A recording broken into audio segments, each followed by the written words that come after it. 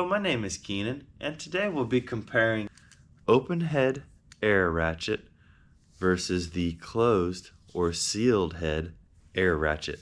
Now, the open head air ratchet design, generally the selector will be on the back of the head of the ratchet right there, and the pawing mechanism is exposed.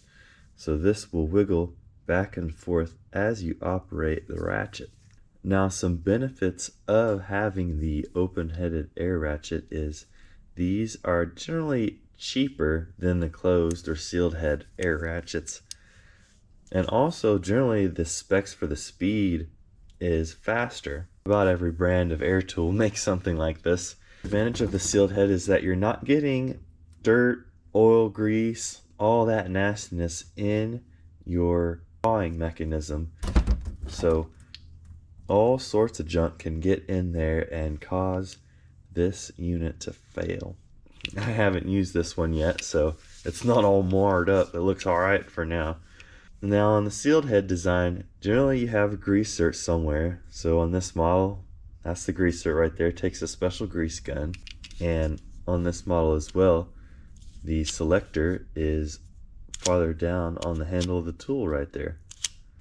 Now, some benefits of the sealed head ratchet. So if you have this shoved up somewhere and you're operating the ratchet, having your selector on the back of the air ratchet actually really limits your amount of space you have to work with as you're zipping bolts out. So I'm going to be backing a bolt out of this vise and show you how this works when you bottom out the back of the air ratchet.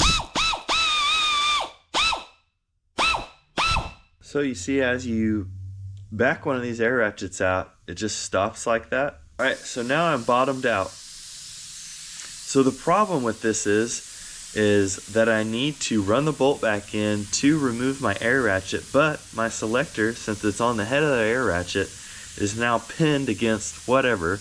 And that's kind of a big problem. So this actually happens all the time with these air ratchets, and that's why I don't use them anymore in my line of work. So then your only real option is to pry this thing out of there, or try and work the bolt back in a little bit so you can pry it out of there. So on the sealed head, you see how I have this bolt backed out all the way, but I don't have room to remove my tool. So real world situation is I would need to run the bolt back in a little bit. So I can easily flip my selector here where I can reach it, run the bolt back in, and pull my ratchet out.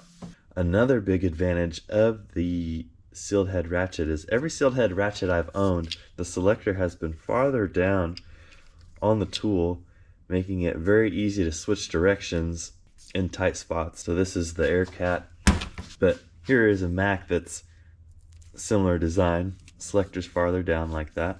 Well, I hope this sheds some light on some of the differences between the two styles of air ratchets.